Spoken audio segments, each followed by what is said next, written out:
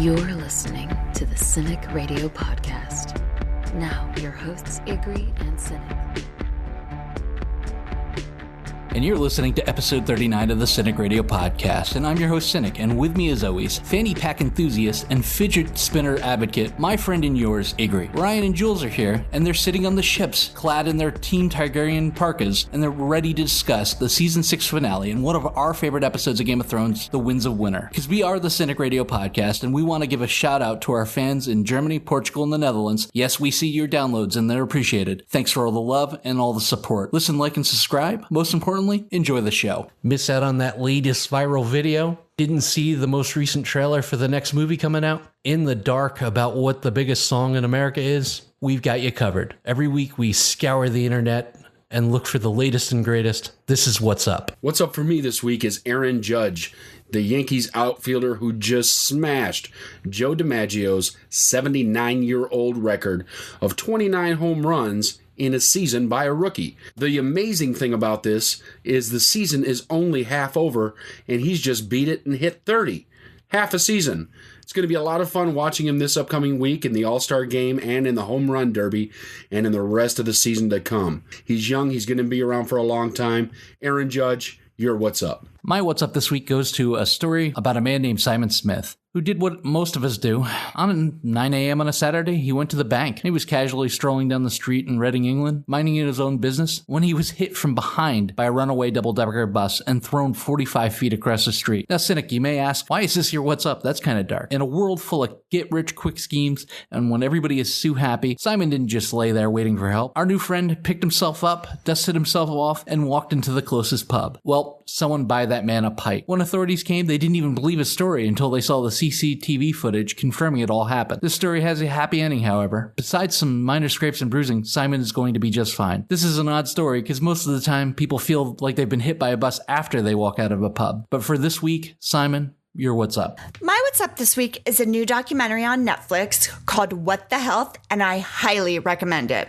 I really love all kinds of documentaries, especially health documentaries on Netflix, like Forks Over Knives, Sick, Fat, and Nearly Dead, and Food, Inc.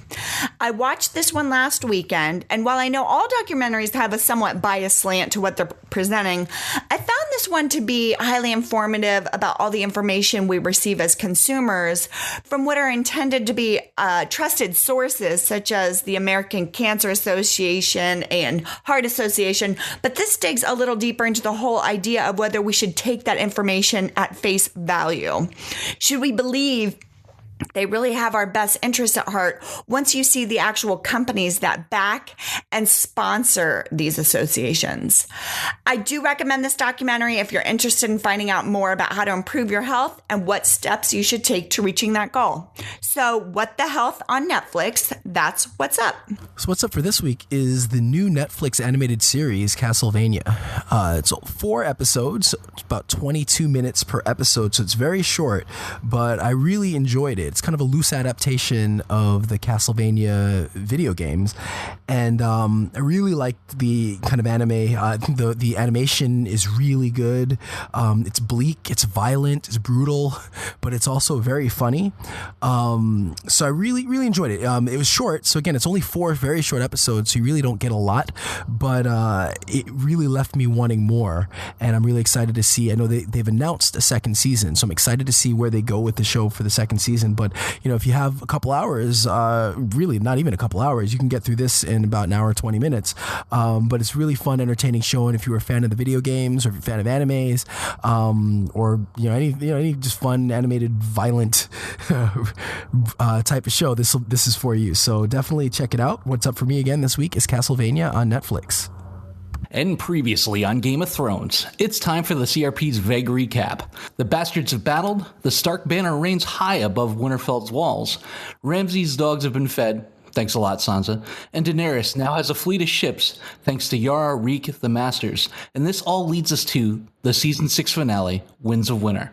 As somber piano music fills the opening, and people fill into the scepter for the trial of Loras Tyrell and the Queen Regent, Cersei Lannister, we cut to Tomlin getting ready for the event with all the enthusiasm of someone who's been told, wait till your father gets home. Ryan, do you think the Boy King regrets letting this business with the Sparrows get this far out of hand?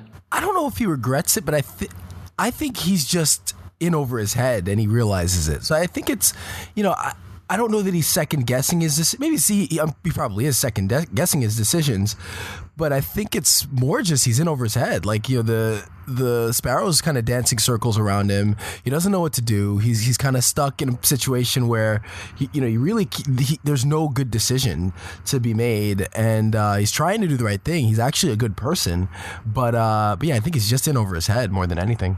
I don't know as it's necessarily Tommen that let it go too far, though. I think it's still mostly Cersei. True. And Tommen doesn't have, I think, like Ryan said, he's in over his head because he has no control over anything.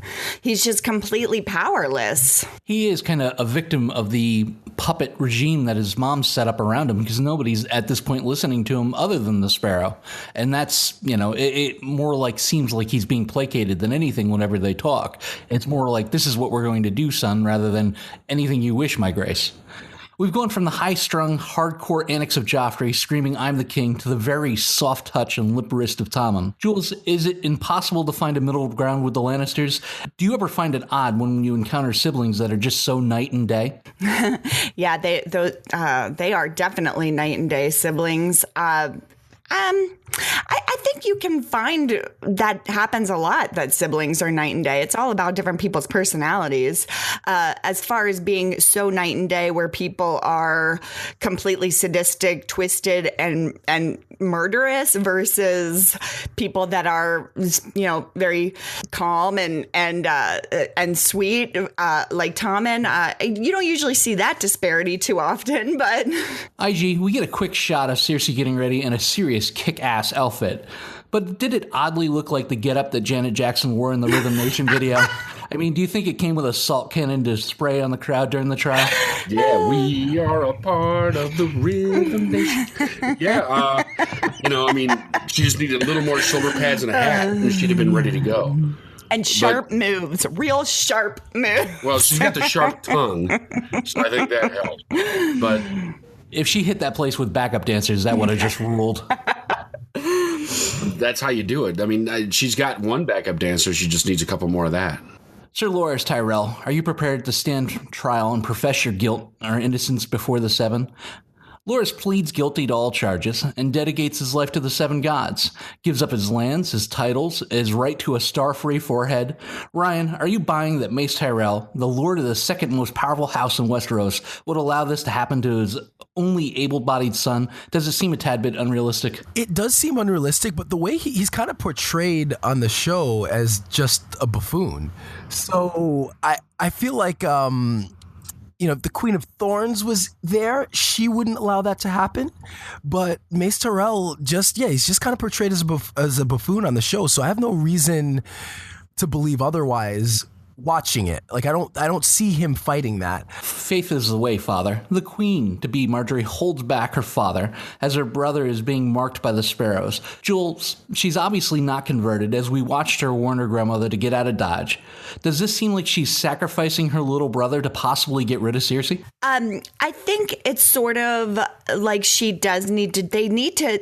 What are they going to do at this moment? There's only a few of them. They can't exactly hold a revolt in the middle of all of this. They're surrounded by the Sparrow and all his septons. So it's not like they have a whole lot of choice here. So I think that they have to sort of do what they need to get done. And like Ryan says, afterwards, then kind of come back at them and figure it out. But for right now, I don't see that they have a whole lot of choice but to let this happen. It appears the Queen Mother doesn't want to attend her own trial. The holy soldiers are dispatched to retrieve Cersei. The piano continues to haunt us. Yet she remains at the Red Keep, just drinking wine, and looking like she shopped at Evil Queens R Us. IG, do you feel that this is starting to go sideways? Like a very slow moving car wreck? Like something terrible is about to happen? Yeah, that's exactly how it felt. The music is usually a dead giveaway in this show. I mean, there are certain themes and ways that they make things sound. And they do a great job with it. And this music is definitely like, yeah, something's not going to go right here. Something's really about to go sideways. And the mountain keeping Tommen in the room was the final giveaway. It's like, all right, something is really going to happen here. Yeah, that music was super foreboding. And I also felt like with Marjorie's eyes, like you could just see them darting around the room, and she's putting all the pieces, she's lining all the pieces up. You could just watch it happening through her eyes almost. Well, I was reading or watching a video. The composer was talking about the music, and that's the first time they've ever used the piano.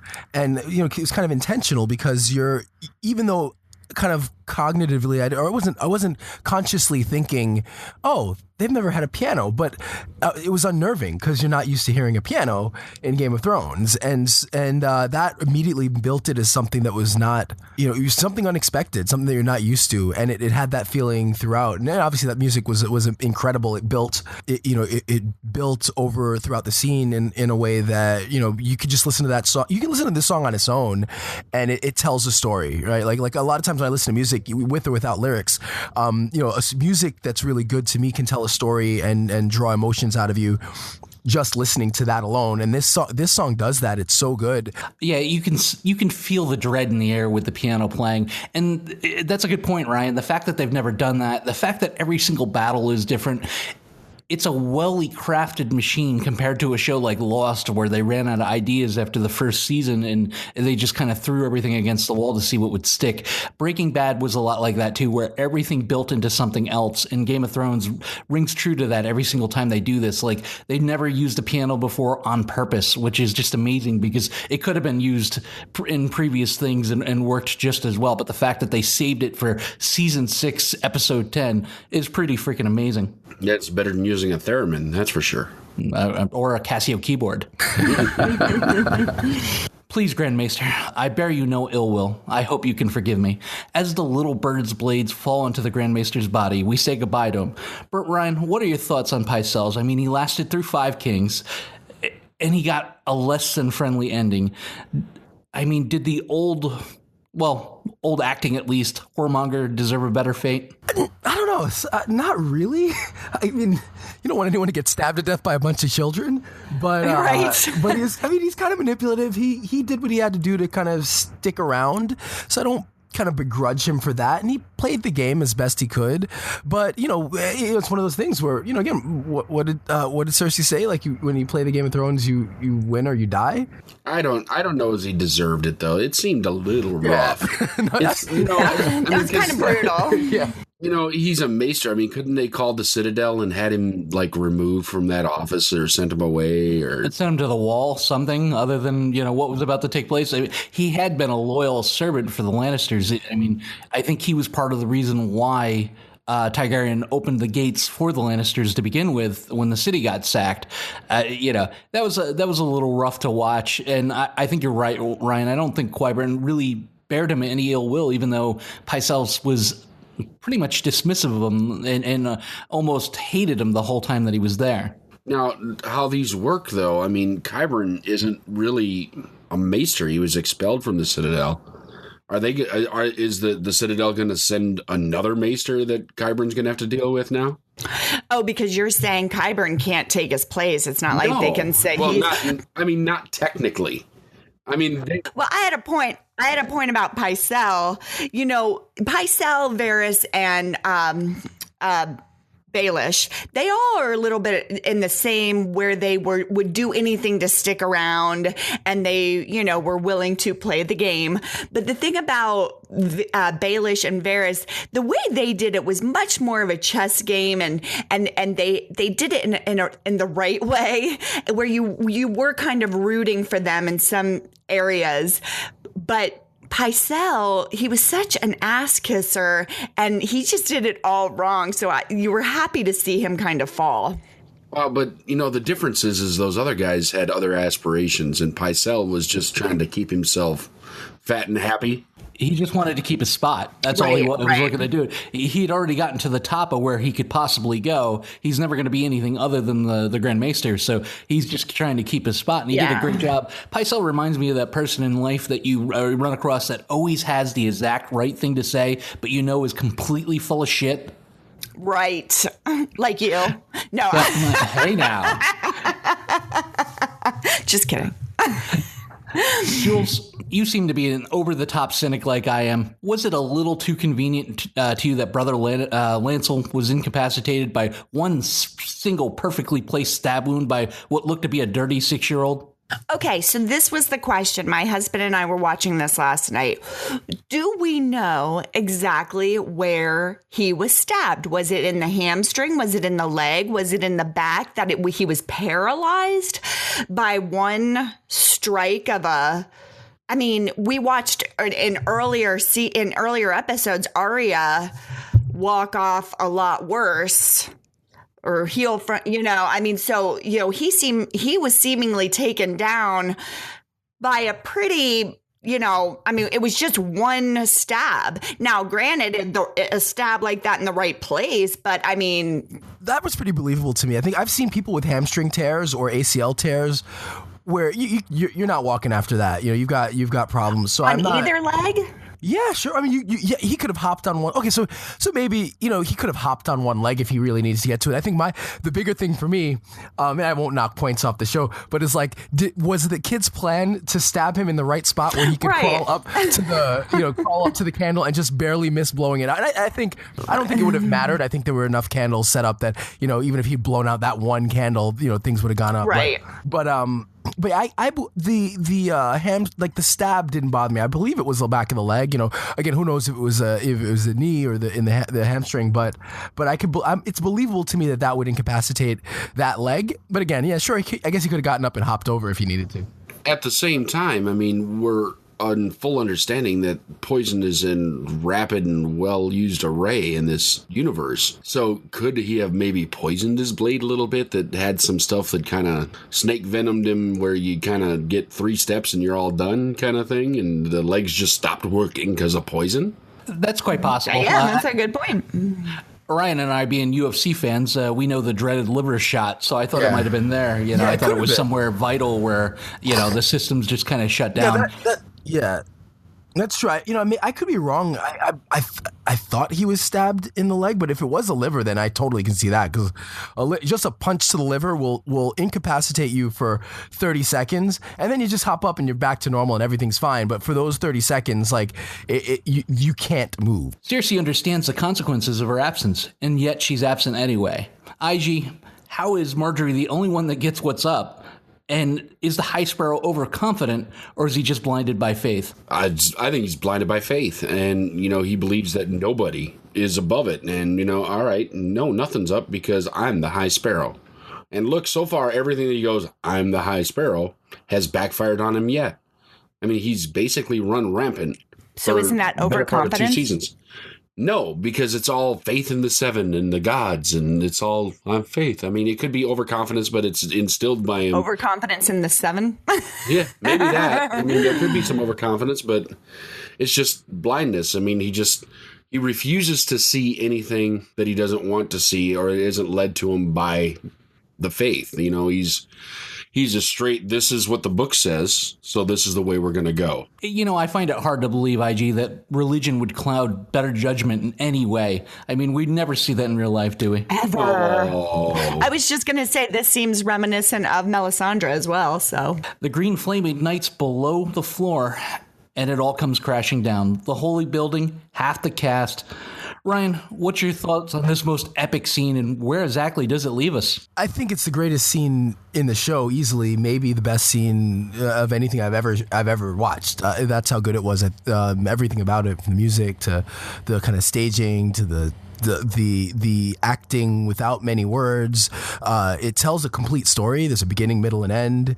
I think that scene alone is amazing. It could have ended it right there. Where it sets, I mean, it was in a way. I was thinking about it. It was shocking. We think of Game of Thrones and we think like Baylor, how shocking that was, and how shocking the Red Wedding is, and you think like, well, you can never top that.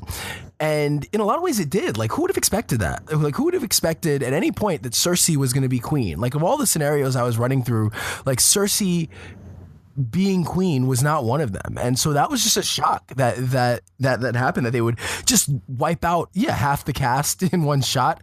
It was yeah, I think it was just one of the best things on a show that constantly one-ups itself. It's produced something that it's hard. I don't know how they top that, but they probably will because they keep doing that. Like every season, it seems like we say that, and then they find a way to top it. Plus, it was a pretty awe-inspiring thing to sit and watch only in the first 10 minutes of the show. Usually that's a finale end of the show, and that was just the very beginning of the show. Yeah, they call that type of move the hard out, and this episode seemed to have several of those, but that being the most outstanding of them all, that could have been the end of any episode, and we all could have been blown away. Where does this move leave us? The Tyrells look to be decimated. Right, so they have problems. Well, at this moment, the Tyrells look to be decimated. The only one that's not there is Grandma. But she's a force to be reckoned with. She is, but she's still a grandma. I mean, and so all right, so they're gone. All of the Sparrows and the Faith militant, they're all gone. The Septa itself, the Sept, the building that, the entire Red Keep would go to do all of their religious things, it's gone. Cersei's sitting in a chair wearing things that looks like she belongs in any great Disney movie as a villain. One thing that's happened this season is that these houses are starting to dwindle down to the bare essentials as far as leadership. So I'm not sure where it leaves us because there's very few players left in this game. I can see now because, when they first announced there's only going to be 2 more seasons, I was like, oh, but they're just running out of character because they keep killing all of them. This is why we're getting there. This is a true chess game where they're taking players off the board. Cersei realizes the only way to keep church and state separate is to completely separate the church from the state of existence. Jules, who's the real loser in all this? The cast, the fans, or the poor bastard that was standing there minding his own business when the bell landed on him? Yeah, that was a bummer. Definitely. Well, obviously, I think the biggest losers in all this is going to be the Tyrells. Because they were pretty much wiped out. I'm hoping that Olenna can do what she can to exact her revenge. But she has no more heirs, so it's hard to have followers and stuff if you don't have any heirs. You won't have a house after her. So definitely the Tyrells were the biggest losers in this. Your gods have forsaken you, and this is your god now. Cersei finally confesses to her crimes to her very doomed tormentor as she ties her down and gives her a wine bath, and then turns her over to the zombie mountain. And now it's time for another uncomfortable moment with Ryan George. Ryan, has there ever been a situation where you completely underestimated someone like the Sparrows did Cersei, and it came back to bite you in the end? So I started to learn Brazilian Jiu-Jitsu, and there was this one woman in the class who was tiny. She's like 100, not even like maybe 100 pounds, and I was doing really well. Like for someone who was brand new at it, I was doing really well, even against like kind of blue belts, which should I get is like the next belt up. I was able to hold my own with them. I could submit a lot of them, so I was really kind of confident in my abilities at that point. And there was this one girl who was really good, but she's 100 pounds. Like I could just overpower her. And so we start, and I'm kind of condescendingly kind of going a little easy. And then I'm like, oh shit, she's like getting me in positions that like, the stronger guys weren't getting me in. So then I start taking it more seriously. And then I don't know what happens, but next thing you know, she's choking me out. And I had to tap. So I got choked out by this 100-pound woman. And it was just like, and everybody saw, and it was part of me was embarrassed. Part of me was like, that's jiu-jitsu, and it was very humbling. And that was one time where I definitely underestimated somebody, and it came back to haunt me because everybody saw me getting choked out by her. As our less than strong king finds out everyone's been blown to pieces, and there's not much he can do about it, he takes off his crown and he dives directly out the nearest window, giving the city name of King's Landing a whole different meaning. IG, how will Tomlin be remembered? Can you identify with his blinding grief? I think he'll be remembered as the Greg Louganis of his time. That was, one hell of a dive he took. The problem is he didn't do much, so he won't be remembered for much. But his blinding grief, because I think he really did love Marjorie. Marjorie may not have loved him, but he loved her. He cared about her very deeply. Did he? Or did he love having sex with her? No, I think that with his age, the love may have been misplaced and may not have been love like we experience. He probably loved her more than Sir Pounce, and Yeah, and at that age, like, is there really a difference? You know, if you're exposed to it at that age, just because she was nice to him, and really nobody else was. Nobody else was nice to Tommen. His mother's not that nice to him. I mean, his brother wanted to skin his cat. His mother just makes him do you just sit there and shut up stuff basically all the time. When Grandpa was alive, they were telling him, well, you can't even sit on this trial and get your uncle out of this trouble. And Marcella, I think he got along with Marcella, but then she's dead. And they sent her away. Yeah, he got her along with Marcella, but sent her away. So he didn't really have anyone in his life that was nice to him. And Marjorie might have been nice to him to get her own ends, but she was still nice to him. So I think the grief that he felt was genuine, and seeing what happened, seeing that everybody got blown up, knowing that all that's left is Cersei. He already knows his uncle has left, his grandfather is dead, his older brother is dead, his sister's not there. There's too many things going on, and I could understand that it'd be like, all right, I'm done, I'm out. Do you think he thinks Cersei was there too? No, he knows Cersei wasn't there because the monster was there. He knows that she's directly responsible for it, and that's a good point, number one, Ig. If you look at the Lannister family dynamic, he probably didn't really... He received love in Cersei's way, but how much can a frozen-faced mother really love you? And thanks to Ryan, we've all gone back and started listening to the audiobooks, and... one fact that I really didn't know going back and looking at the show was Marjorie has basically been bred to come here and let me kiss it and make it all better. I mean, they were planning on wedding her to Robert if they could get Cersei out of the picture. You know, this has been her whole life, is to build up to marry, to raise the family name up that much higher. So I bet you this was the most amount of niceness, other than Tyrion's given his nephew, the most amount of niceness and attention and actual true love that, at least in his mind, that Tommen probably ever received. The Freys and the Lannisters send their regards. We cut to the twins, and they're celebrating the River Run being taken back over. Jules, was it obvious Jaime's level of disgust when Lord Walder compared the two of them? I mean, here we sit, just a couple of Kingslayers. Oh, even rewatching that scene and really focusing in on Jaime, the disgust on his face, it's written all over his face. The little, he even makes a facial expression with his lip just kind of curled up at him. And it's like, don't even remotely put me in the same boat as you, dude. You have no idea what I've been through. You aren't even on my level in any way, shape, or form. So don't try to lump the two of us together. And I think that's why he really came back at Walder Frey hard and swift. It was pretty fun to watch because Walder Frey, I think, is really lost in who he is. Like, he seems to think that here in the Twins, you can't do nothing to me ever. That, like, it's an impenetrable fortress, like 10 times stronger than the Red Keep. Walder Frey almost has a little bit of that Pycelle, just kind of go wherever his butt's going to be saved.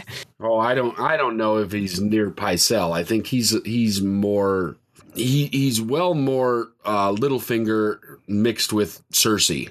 I think he's got a pretty firm grasp of who he is, and I think he's comfortable in his own skin. The thing is that over the last couple months, he's been empowered since the Red Wedding. The Lannisters have come along and swooped him up, and he's been basically ignored and mocked. Like he said, "Go ahead and mock me, boy." The Tullys have done it, and the Starks have done it, and where are they now? He thinks that he's at the very top of his game, even though he's basically the lord of a very inept house. Right.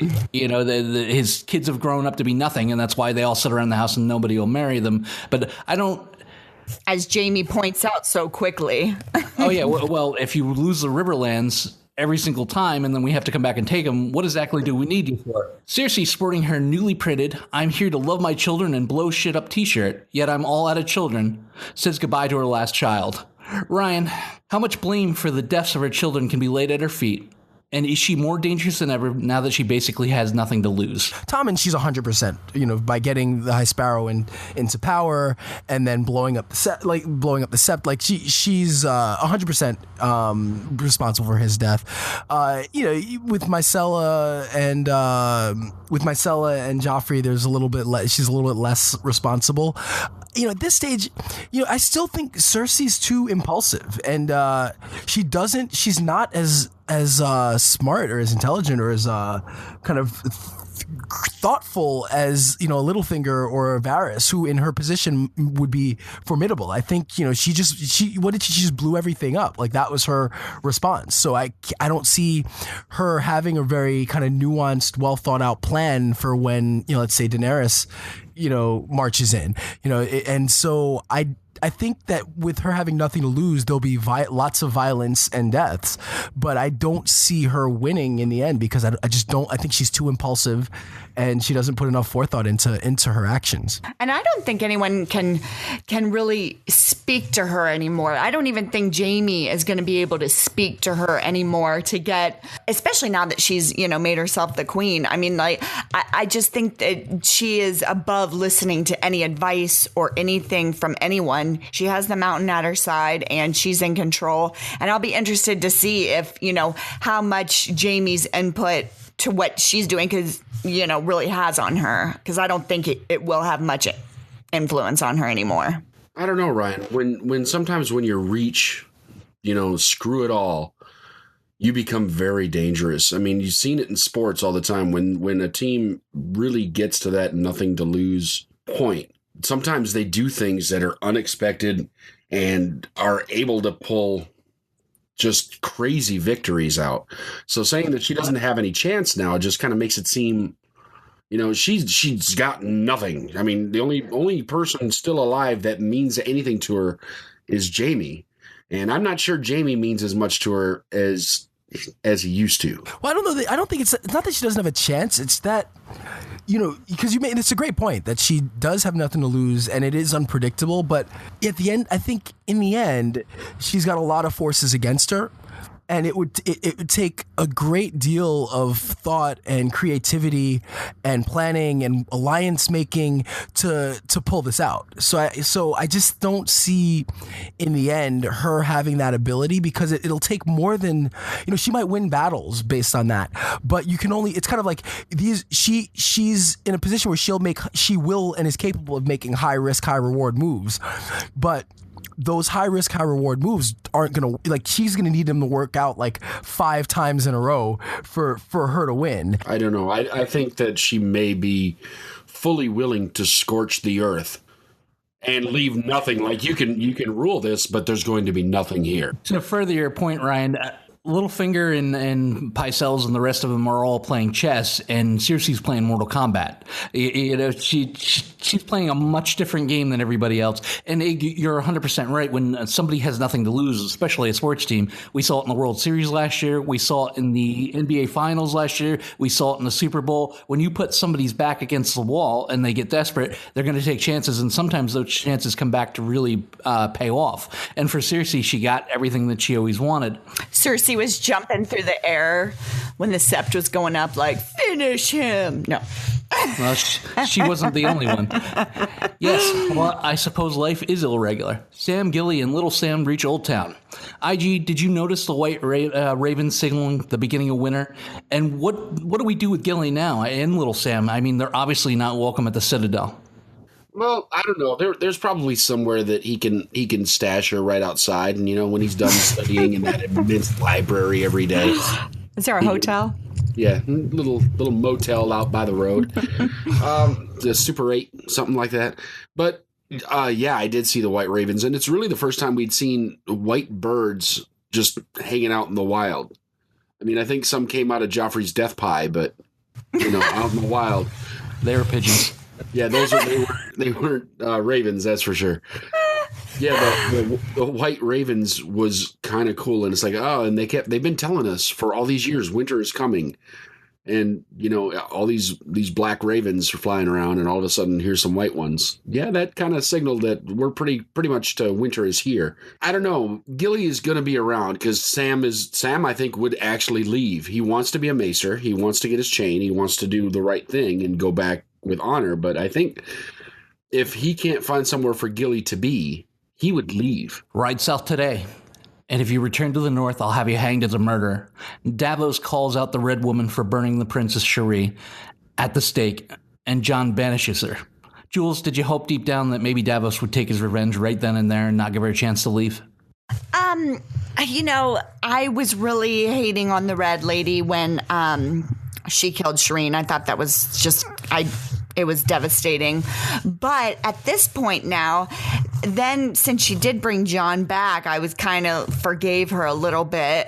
And so I didn't exactly want to see her die, I have to say. So I was glad to see, and what an awkward position for Jon. I mean, here she saved his life, and Davos, who's turning into be a great, right-hand guy for him, is kill her, and for good reason. She deserves to die. I mean, she put Shireen to death, and it's like he pointed out, you killed her for what? All these people died because you were wrong, and I can understand the venom that he has towards her because he'd never had a lot of love for her anyway. But I was glad to see that Jon just sort of exiled her. I have big hopes that Arya's going to come across her. I don't know. I'm expecting something more from her, I guess, eventually again. I don't know. I think Davos is a good half a right-hand man. Oh. But I'm seriously, the thing about that is you can say that she killed Shireen, but really the one true king. Well, she said it, yeah. She said her father and her mother did. Yeah. Because, I mean, he could have said no. It's true. He's like, no, absolutely. I want to win. He could have said, I'm not doing that. I'm glad she did it's point. Like she's an advisor saying, let's do this. And he could have said, no, that's too far. And then it would have stopped. Right. Yeah, it was her idea, but she didn't light the fire. Right. And I'm glad she did point. I'm glad she pointed that out to Davos, too, so Davos can maybe reconcile that in his own mind, how he felt about Stannis, thinking he was this great leader and this great man. I think that will now perspectivize Stannis and Davos's mind, too, to know that he had a part in that. I don't know. Based on the discussion he had with Tormund in the Battle of the Bast, I think he understood fully what Stannis was. I think and there's some regrets there about following him, especially at the end. I think he referred to him as having demons in his head. We need to trust each other. We can't fight a war amongst ourselves. We have so many enemies now. Ryan, this reunion is off to a rocky start, to say the least. But can Sansa and Jon trust each other to work together to restore the Stark's name? I would say yes, but with an asterisk, which is that Littlefinger is in the picture. And so with Littlefinger in the picture, we just don't know what his motivations are. Again, he's playing, if everyone's playing chess, he's playing 3D chess. He's planting seeds with Sansa. So the question is how much, we know that Sansa, there was no love lost for Jon. And the only reason why this reunion has gone well this far is that Sansa doesn't have anyone else. So in her mind, Jon's it. And so she needs him. But she didn't like him, and I'm not sold on her as being, she was always kind of a brat and spoiled, and a lot of horrible things have happened to her, so it makes us kind of sympathize with her, but she's still Sansa, and there's still the parts of her that, maybe she decides hey, Cersei's queen, why can't I have Winterfell? Why does Jon need it? Jon's not the rightful heir. Maybe I am, and if Littlefinger can do a good job of planting those seeds and allowing them to grow, maybe there will be some more friction between them. And, I'm thinking that's what might happen. You're in the Great Game now, and the Great Game is terrifying. Tyrion expresses his beliefs in Daenerys and is rewarded for his belief by being made Hand of the Queen. Jules, was he the best choice, and did you slightly get choked up like I did? All we want to see is the little fella to be loved and appreciated. Oh, I definitely got choked up because you could feel, and and the expression on his face that he was finally feeling like somebody got him, somebody appreciated him, and he was going to be able to provide the insight, the knowledge, the helpfulness that he's extremely intelligent. That is his weapon. And to have somebody be able to acknowledge that and really be able to use it for good and not in the way, maybe the Lannisters would use it or other people might use it. I think it was just a really beautiful moment between the two of them, because even the way they had filmed it, where he was on the stairs and they were looking eye to eye, I think that just said so much that he was not beneath anyone anymore. He was an equal, and he was going to be treated as an equal. And you could really feel the heartfelt thankfulness and gratitude in his heart, in the way he just, bowed down to her. It was a great scene. Yeah, and that's the thing, is that she treats him like he matters. He's going to believe in her because she does value his opinion, and he says things to her and she changes what she's going to do. And he was hand before for Joffrey, and he could say things to Joffrey, and unless he strong-armed Joffrey or slapped him or sent him to his room, Joffrey still did what Joffrey wanted to do. This is the first time where he's actually been absolutely valued. I mean, he wasn't even valued when he led Blackwater, when he led that whole charge and everything. Nobody valued him then. The city was still standing with Baratheons and Lannisters at the helm because of Tyrion. Finally he's getting something that's, he believes in her, believes in Daenerys because Daenerys believes in him. So I think it works out very nicely, very cleanly. And I think, he is moved with the little pin. I mean, it's like getting the pin from your high school crush, I guess. He just is moved and wants to wear her sweater. And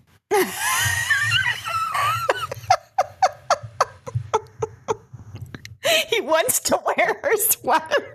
My name is Arya Stark, and I want you to know the last thing you're ever going to see is a Stark smiling down at you as you die. Ryan, she made Lord Frey's sons into dinner. She slit his throat and smiled at him while he bled out. What's your stance on the discourse about Arya being a psychopath now?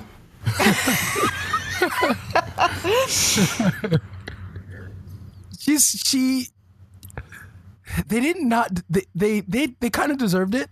So I don't know if she's a psychopath yet. I don't like. No, she's not a psychopath. Like, she won't kill wantonly. Like, I think there's some honor in her killing, but she's definitely very creative in how she decides to kill people. And I think definitely in this case, like, Walder Frey deserved it. I think we all were happy to see that and happy for her to have that moment. So yeah, I don't think she's quite a psychopath yet, but there's some psychopathic tendencies inside of her. So you're saying she's still budding? Yeah, she's still budding. Yeah, that smile on her face did not make me feel any ease that she's not going to be a psychopath. With the untimely passing of Walder Frey, we've now seen the death of every major lord in every single house, leaving mostly strongly females in charge. Is the realm better or worse off than we left it? That remains to be seen. That's the thing. I mean, yeah, there's a lot of females in charge kind of everywhere. But, we haven't seen them do anything. We haven't seen them make any rules, change any behavior, do anything. We haven't even seen them having to deal with quote-unquote court, where they're standing there hearing what the people have to complain about. So I don't know. It could be much better. It could be much worse. Could be more of the same. They're all still going to act like they have in the past, where there's going to be advisors, and it depends on all of that, who these advisors end up being. Even if you talk about Cersei, she's going to need to have, a hand. She's going to need to have a master coin. She's going to need to have all these different people that are going to have to give her information. Or if she just tries to do it all by herself, she's got Qyburn, but that's not enough. So what's problematic to me is it let's say the dust settles and women do lead all the major houses. The problem is that this has been a patriarchal society and world for thousands of years. So you don't change that. You can't just change that on a whim. So I would think that even if they're in charge, that you're going to get men still trying to fight. There'll be much more fighting and much more challenges from the other men, because it's just not the way the world has worked. And so I could see that even if we end with this with Daenerys or even Cersei, on the throne, and women again leading the major houses, I think that you're still going to have a situation where a lot of men won't accept it and will do what they can to fight back against it. Because you can't just change like the culture that quickly. They're certainly trying, though. The ghost of Uncle Benjen passed, drops Mara and Bran off at the same tree that Jon took his Night's Watch vows. And we get another Bran three-eyed raven flashback where we see Ned finding his sister on the verge of death with a very brooding brown-eyed baby that Ned swears to protect the secret at all costs. IG, does this finally confirm the worst-kept secret in the world, the speculation of R plus L equals J? And could Ned at least told Cat, maybe? And I think that's the big problem, the thing that people look at as a whole. But I think if you'd have told Cat, that this show wouldn't be near as intriguing as it was. But yes, R plus L, Rhaegar plus Lyanna equals Jon. Confirmed, 100%.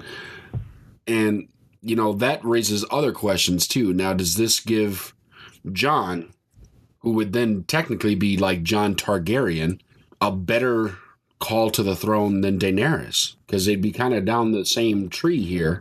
That kind of throws that into question as well. But I think had Ned told Cat, things would have been much different. And then if Ned told anybody, news might get out of who Jon was and might have caused other problems in this world. Because there was a mass exodus and trying to find all of the Targaryens and kill them.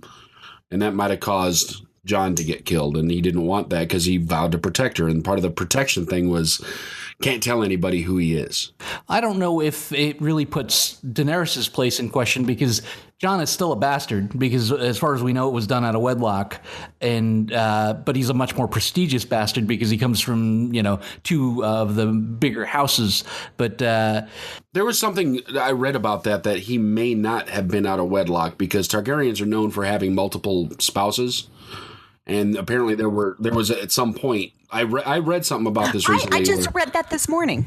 Yeah, where there may have been witnesses and things where he got married to Lyanna. But that still makes him Daenerys' nephew. So I don't know how that exactly works. Because of the patriarchy thing that Ryan was talking about. Because he's a male. Quite possibly. Yeah, quite possibly. I mean, being Rhaegar's heir might be better than being, being Daenerys' nephew. So, being the sister might, who knows? All right. House Mormont remembers, the North remembers, and we should know no king, but a king in the North named Stark. Jules, once again, an 11-year-old takes the piss out of a room full of men, 3 to 5 times her age.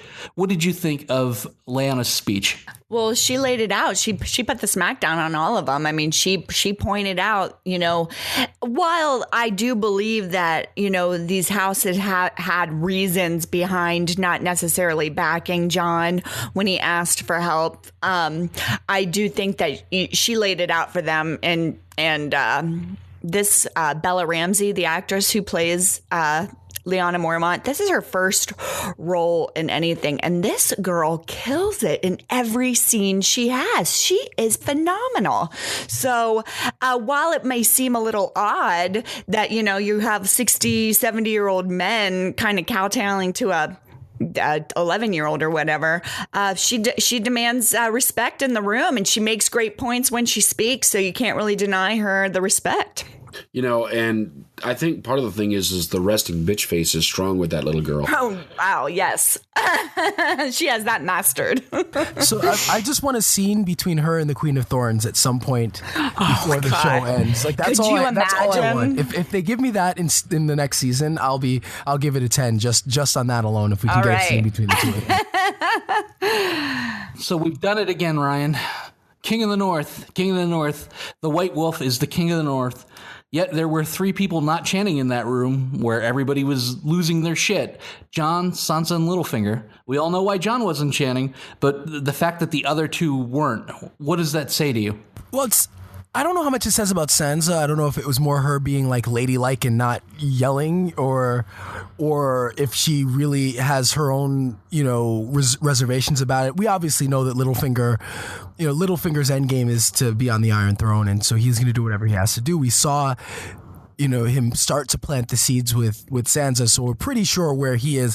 I think just Sansa doesn't know. I don't know. I definitely think that there's a little, again, no pun intended, but a little finger inside of her where I think she wants it for herself. I think she feels she's earned it. What she's had to go through. Why shouldn't she be the Queen of the North? Or, why shouldn't even maybe her heir be the King in the North? So there's got to be that running through her. And even though I think she cares about Jon, and she and Jon are a team now, there's got to be serious reservations as far as allowing Jon to be, the King in the North. I now proclaim Cersei of the House Lannister, first of her name, Queen of the Andals, and the First Men, and protector of the realm and the Seven Kingdoms. What in the entire fuck is going on? And what did the look that Jaime was giving Cersei say to you?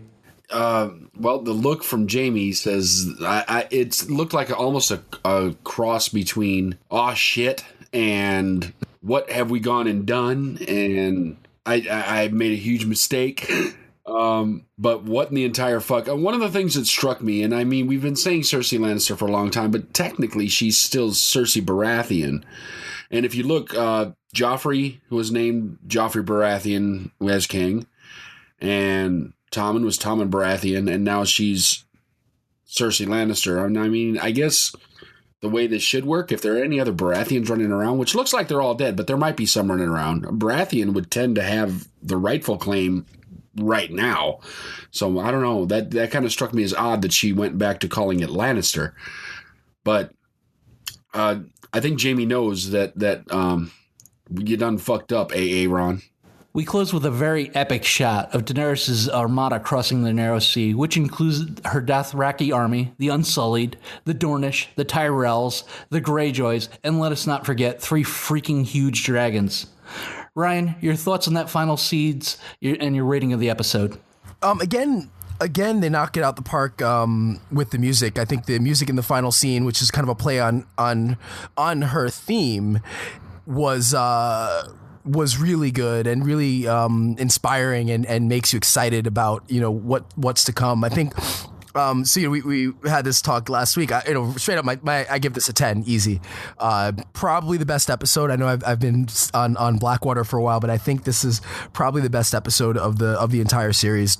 I think you have a situation where, like in sports, like to use that as an analogy, the main event is usually last, and in Game of Thrones, the main event we've been kind of trained to expect it in episode 9. And with Battle of the Bastards, they pulled out all the stops, and it's arguably the second or third best episode of the entire season or series. Sorry, so.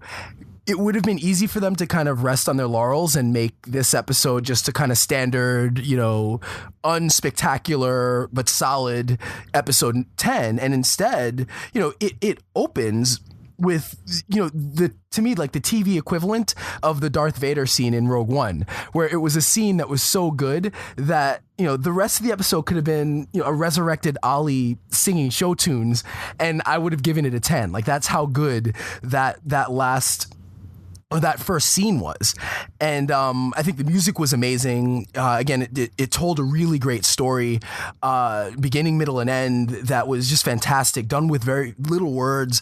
So I think that scene alone made this a 10. But then the rest of the episode, just kind of kept up with that. We got, everyone had a big moment. Cersei is coronated. Sansa, Arya gets her comeuppance with Walder Frey. The Lyanna speech and Jon being the King in the North. Davos gets, to some extent, his comeuppance with the Red Woman.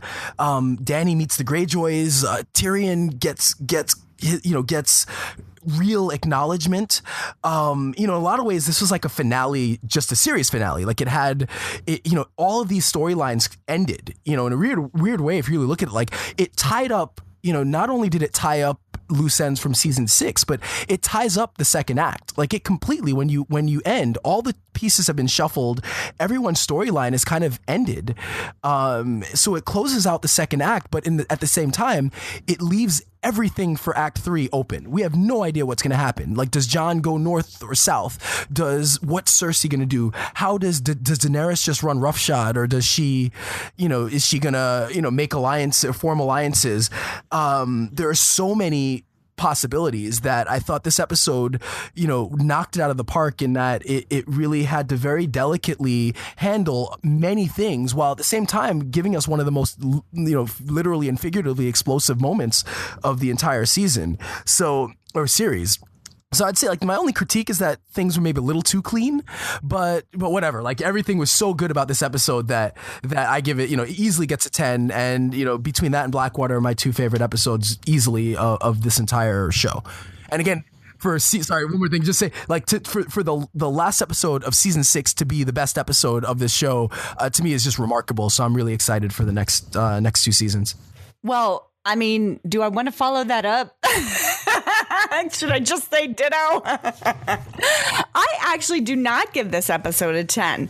Surprisingly, I know. I give this episode probably like a 9.5. I did love the opening scene. I think that opening scene and the wildfire taking down the whole Sept of Baelor was awesome.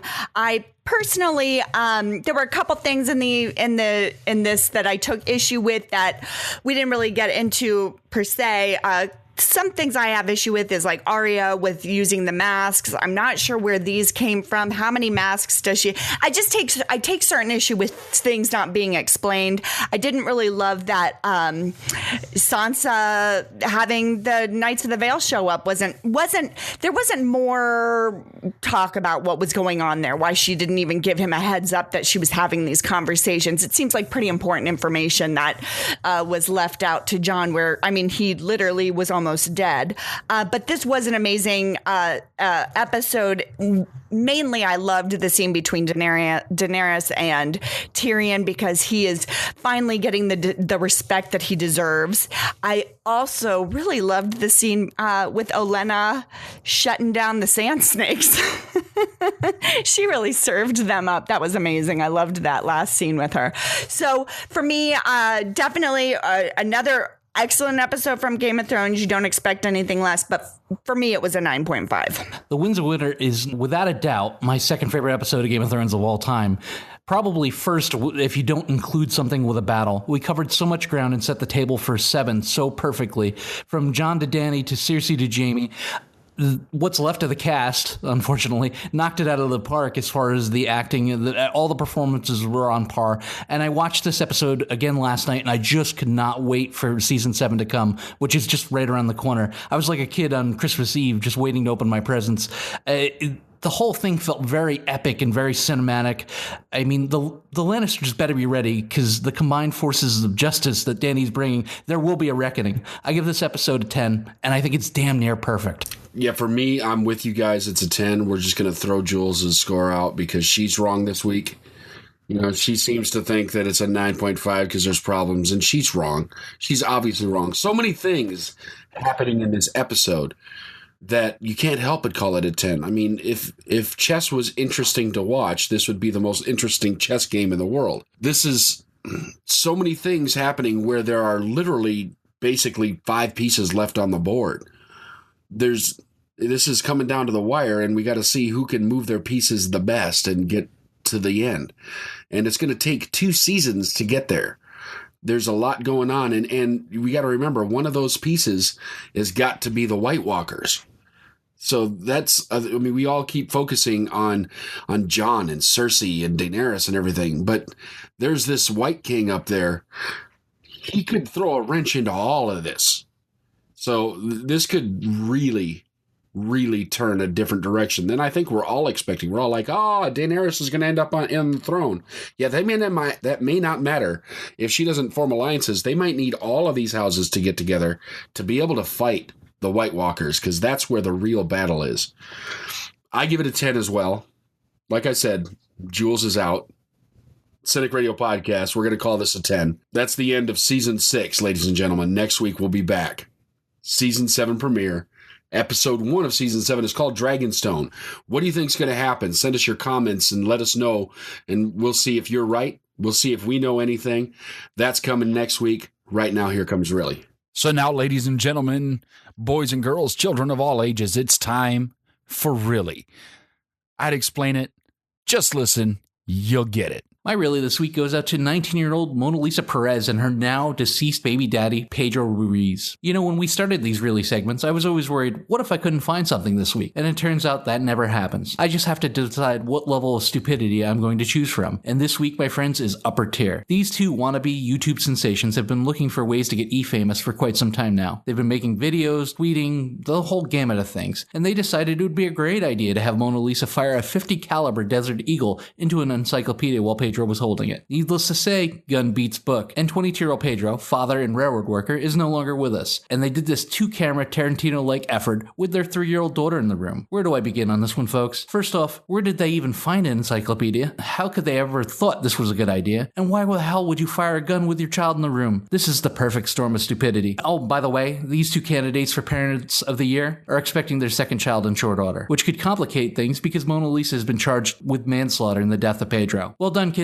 You're famous now. We all know your names, but at what cost? Much like Daffy Duck's special trick, it was a great effort, but you can only do it once. You can find the story on Heavy.com. So for firing a gun at your boyfriend to get E-famous for YouTube likes and views? Really? So my Really for the week, virtual reality weddings in Japan where you can marry your favorite anime character. The game, Lovely Excation, I believe that's the name of it, allows players to court their favorite anime characters and then marry them in a real live wedding ceremony in an actual wedding chapel. So you can get dressed up, go to the chapel, put on an HTC Vive headset, and actually marry your favorite anime character. When it's time to kiss the bride, a person, an assistant, or whatever will give you rubber lips to kiss, so you have the sensation of kissing your new bride. And then you get video to relive the experience whenever you'd like. So to anybody participating in this VR wedding game, rather than actually trying to go out and court somebody, really? Really for me this week goes out to the Minneapolis Police Department, who just shot a couple of dogs in someone's yard. The Minneapolis police officer was responding to a burglary alarm that was going off. The dogs were inside of the fully enclosed yard that he was responding to. The officer went into the yard. The dogs were not showing any aggressive behavior. And the cop pulled out his gun because he's afraid and shot the first dog. The other dog came to look at the first dog, and he shot the second dog 3 times. The police then said, hey, we're going to send out animal control to help with your dogs. They never came. You know, if our police force is afraid, then they're going to shoot more people. And they're going to shoot more dogs. And they're going to cause more problems. And this right next door to where Philando Castile got shot last year. Almost a year apart from when that happened. Come on, police. You're going to be heroes. You have to live the hero mentality. You can't be afraid. And if anybody's questioning this, it's on Facebook. You can find the video. You can see the dogs are not aggressive. The cop had no reason to be afraid. And even if he was, he could have simply left the yard. Minneapolis police. Really?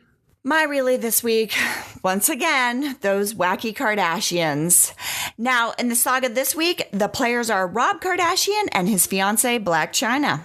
Looks like these two broke up for the 300th time, and Rob Kardashian isn't winning any Mensa awards this year because while it would appear Blac Chyna was taunting him by sending him videos of herself with another guy making out on Rob's very own bed, Rob went ahead and thought it would be a great idea to go ahead and put her on blast with all this. While he could have stopped at just posting the video she sent to him, which makes her look really bad, and people would have offered their support to him, he decided to take it much further by putting on Instagram and Twitter all of her naked, explicit pics she had sent him, which now turns this into a legal matter that will no doubt happen. This will fall under the revenge porn laws in California and could subject Rob up to 6 months in jail. Perhaps next time, for the sake of their daughter, they should attempt to resolve these matters behind closed doors and save themselves the legal fees, time, and humiliation. Well, I guess not the humiliation, but come on, Rob. Do you really think it's going to turn out okay posting these naked pics on the internet to your millions of followers? I mean, really? And that's going to do it for episode 39 of the Cynic Radio Podcast. I'm Igor He, and with me has been my co-host and a man who wears socks with sandals, Cynic. Also joining us this week has been Jules and Ryan George from the Jim Wits Podcast. You can find him over at thejimwits.com. Next week, the premiere of Season 7, Game of Thrones, and a fresh look at Spider-Man Homecoming. We can't wait to bring it to you, so go ahead, take this, and share it with all your friends. Send us comments, questions, and concerns to cynicradio@gmail.com. Find us on the internet at cynicradio.com. Look for us on Facebook at facebook.com/cynicradio, and look for us on Twitter at cynicradio. And don't forget, you can also go to tpublic.com, search for Cynic, C-I-N-I-K, and buy your own Cynic Radio merchandise. It's there. It's hot. Go take a look. Thanks again for all the support from all around the world. We love every one of you. And until next time, don't get captured. Follow the podcast on Twitter, Facebook, and at cynicradio.com. Available for download on iTunes.